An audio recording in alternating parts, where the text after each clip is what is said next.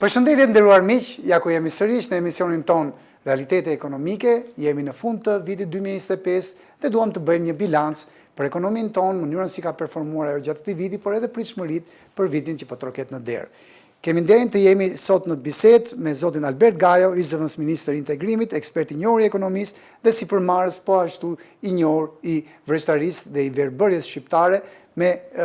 verën e njohur tashmë shqiptare Vreshti Pashajt. Zoti Gajo, përshëndetje dhe mirë se ardhët. Përshëndetje, faleminderit për ftesën.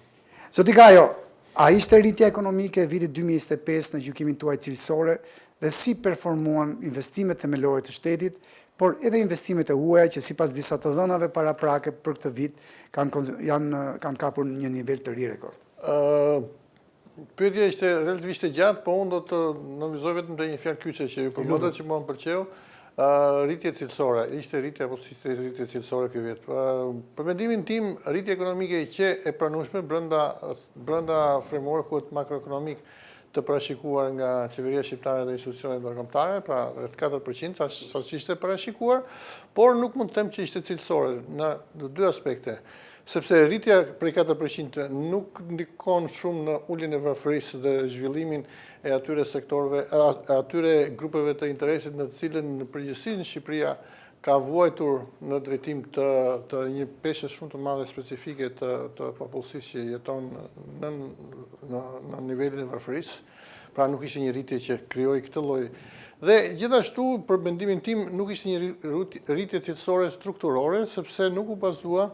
në sektorët prodhues. Bile përkundrazi, sektorët prodhues që është bujqësia dhe industria nxjerrëse, po dhe përpunuese, patën një rritje negative gjatë 2-3 mujorëve të parë, por parashikohet që edhe në këto 2-3 mujorët e tjerë që do dalin të dhënat për vitin 2025 të jetë negative, pra industria dhe bujqësia, dhe rritja u bazuar sigurisht tek sektori i shërbimeve dhe veçanërisht tek ajo që ka vënë bastin kryesor qeveria shqiptare e turizmit. Nga pikpamja e investimeve, meqense pyetja përfshinte nivelin e si kanë performuar investimet publike nga të dhënat e Ministrisë Financave treguan që nuk kemi mos realizime, veçanërisht në mos realizimin e investimeve në sektorët kryesor të ashtu, për shkak të vonesave në prokurimeve, për shkak të mos realizimit të këtyre investimeve, pra kemi mos balancim të këtyre sektorëve. Ndërsa investimet e huaja sigurisht që kanë qenë kryesisht në sektorin e real estate-it dhe në blerjen e pasurive të palujshme, që kanë ndikuar edhe kjo në rritjen ekonomike në përgjithësi në Shqipëri. Ju e përmendët, zoti Gaja, çfarë ndikimi pati turizmi në ekonominë e Shqipërisë gjatë këtij viti që po mbyllet dhe a ka hapësirë për rritje ky sektor kaq i rëndësishëm edhe për vitin e ardhshëm? Turizmi nuk është një sektor specifik që matet në GDP, por është ka të dhëna indirekte, sepse përfshin disa sektorë veçantë, që është sektori i shërbimeve, të turizmit, të hotelerisë, e tjera që ndikojnë nga turizmi dhe mendohet që ka rreth 25-30% të ndikimit në ekonominë direkte ose indirekte në ekonominë shqiptare.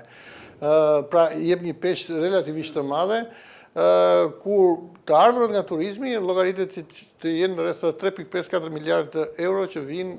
nga turizmi. Në vitin 2025 vazhdoi kjo rritje pozitive nga 2000, po jo me atë rritjen eksponenciale që pati në 2-3 vjetet e fundit, 2023-2024, por ishte një rritje që garantoi rritjen e prodhimit në nivelet e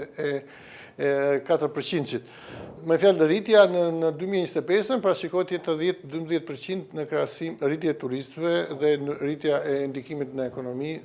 ka qenë faktori kryesor, sepse po të shikosh edhe sektorët që kanë ndikuar në rritjen ekonomike, pikërisht ishte sektori i tregtisë, sektori i shitjeve të pasurive të paluajtshme, dhe deri diku sektori financiar dhe i shërbimeve të informatikës dhe teknologjisë që patën një ndikim në rritjen ekonomike që indirekt ose indirekt. Por siç e thash, kjo rritje nuk ka shkuar në rritje të pozitive, në drejtim të asaj. Ne këtë e shikojmë jo vetëm në rritje negative të industrisë dhe të bujqësisë, por edhe në trendin pozitiv të rritjes së importeve kundrejt eksporteve, gjë që shikohet që sektorët prodhues nuk janë nxitur nga rritja e eksporteve, gjë që ka ndikuar edhe nga një nxitje e madhe e importeve të mëdha të konsumit, por edhe nga përkeqësimi i treguesve makroekonomik, sidomos në drejtim të kursit këmbimit, që ka ndikuar edhe kjo sigurisht në një ulje në një presion më të madh mbi eksportet shqiptare dhe nxitje të importeve. Në gjykimin tuaj, a i menaxhoi mirë qeveria presionet fiskale gjatë këtij viti që po mbyllet dhe si e gjykoni paketën fiskale tashmë të miratuar për vitin 2026? Qeveria shqiptare ka qenë në një farë relaxit në drejtim të përmirësimit të treguesve fiskal, pra kjo edhe për shkak se thash të një qëndrueshmërie në drejtim të rritjes së të ardhurave dhe të rritjes ekonomike, në një përmirësim të cilësisë së borxhit dhe për shkak të uljes të vlerës të kursit të këmbimit që ka ndikuar në uljen e presioneve mbi borxhin e jashtëm, në një lloj kursimi në thonjza të shpenzimeve buxhetore, por edhe në një realizim të dukshëm të kalim të dukshëm të shpenzimeve. Gjë që e ka bërë qeveria shqiptare të jetë në një kushte komode në drejtim dhe të uljes në përgjithësi të deficitit buxhetor, ka shkuar në rreth 53-54% në këto nivele. Gjë që ka ndikuar pastaj edhe në tregues të tjerë makroekonomik, veçanërisht në mbajtjen e kontrollit në inflacionit në kufit e përcaktuar nga Banka e Shqipërisë, që është rreth 2.1-2.2%, pra nën 3% të inflacionit vjetor. A solli ky stabilitet financiar që juve sapo përmendët dhe a jeni i kënaqur në tërësi me ritmin e integrimit të Shqipërisë në Bashkimin Evropian? Ju keni një aktivitet shumë të vlerësuar dhe njëkohësisht të dëndur si zëvendës ministër i integrimit për një periudhë të rëndësishme për integrimin shqiptar që ju keni qenë në pozicionet më të larta vendmarrjes për integrimit. Në vitin që po përfundon, kemi patur hapjen e të gjithë kapitujve të marrëveshjes stabilizim asociimit. Si e parashikoni vitin 2026 në këtë sfidë? Me të shikohet dhe nga gjithë deklaratat e funksionarëve më të lartë të Bashkimit Evropian,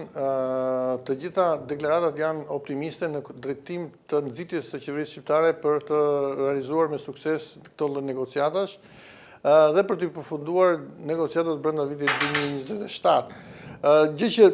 në parim do të ndikojë pozitivisht në rritjen e besimit të investitorëve, në një qëndrueshmëri më të madhe fiskale dhe në një kontroll më të mirë të institucional, sepse vëmendja dhe përqendrimi kryesor i të gjithë të institucioneve do të jetë pikërisht realizimi i atyre detyrave për të bërë të mundur të harmonizohet plotësisht dhe të zbatohet plotësisht legjislacioni evropian, pra të ketë një fokus më të madh. Por në drejtim të zhvillimit ekonomik nuk e besoj që kjo të ketë një ndikim të drejtë për së drejti, të paktën nëse nuk ndryshojnë politikat industriale dhe politikat ekonomike, sepse ajo do të sjellë një qëndrueshmëri në drejtim fiskal, një qëndrueshmëri të administratës dhe një fokus më të mirë në integrimin evropian, besueshmëria e investitorëve, por duhet të shoqërohet me politika afatmesme dhe afatgjata në drejtim të që basti i Shqipërisë të mos jetë turizmi, sepse zhvendosja gjithë burimeve kryesore të do ta bëjë ekonominë shqiptare jo stabile, sepse në qoftë se do të ketë rënje të turizmit, edhe për shkak të mbingopjes së resurseve shqiptare, edhe për shkak të mos realizimit të plot të atyre standardeve që do të kërkojë një rritje qëndrueshme e turizmit, atëherë një rënje e shpejtë e turizmit do të ndikojë që ekonomia shqiptare të bie në mënyrë të pakthyeeshme, sepse nuk ka sektor të tjerë të ekonomisë prodhuese që do të jepnin një qëndrueshmëri, pra nuk ka një sektor prodhues të qëndrueshëm, aq më tepër që këto sektor do të ndërpriteshin. Por presionet mbi sektorin e prodhimit do të jenë shumë të mëdha sa më shumë të afrohet edhe sektori edhe integrimi evropian, sepse do të jetë ekonomia shqiptare do të jetë më e hapur dhe do të ketë probleme, veçanërisht të duhet ta shikoj shumë mirë ministrit për kaset ekonomisë, do të ketë probleme sepse tregu shqiptar do të fokusohet edhe tek tregu i lëndëve të para dhe tek gjysmë produktet tek brenda ekonomisë të tregut evropian. Gjë që do të thotë që do të ketë standarde më të mëdha për lëndët e para, por do të ketë çmime më të mëdha, sepse çmimet nuk do të jenë më të tilla konkurruese siç vijnë sot nga Turqia, apo nga Kina, apo nga India. Çmimet e tregut përbashkët. Sepse do të jenë çmimet e tregut përbashkët dhe ne do të jemi pjesë e tregut përbashkët, gjë që do të krijojë një ndryshim në strukturën e prodhimit në Shqipëri, që do të goditet akoma më shumë për shkak të rritjes së kostove. Pra, ekonomia shqiptare në këtë rast do të pësoj një shok të dytë përveç shokut që po pëson sot nga presionin që ka nga turizmi, sepse gjithë fokusi shkohet te agroturizmi, te hoteleria, te kafeteria, te gjitha dhe jashtë vëmendjes saj. Por që unë shikoj që të dyja këto lloj procese që po ndodhin në Shqipëri, duhet të ketë një vëmendje tani, sepse në të dyja rastet do të ketë një goditje sektori prodhues dhe nuk do të ketë qëndrueshmëri dhe Shqipëria do të kthehet pastaj në një vend i cili do të jetë shumë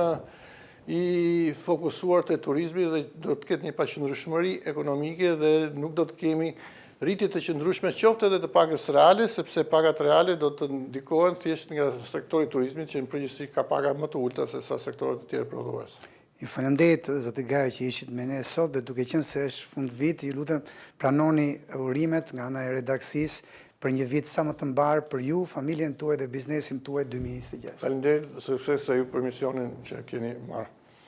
Të nderuar miq, ju falenderoj që na ndoqët dhe mirupafshim në takimet e ardhshme.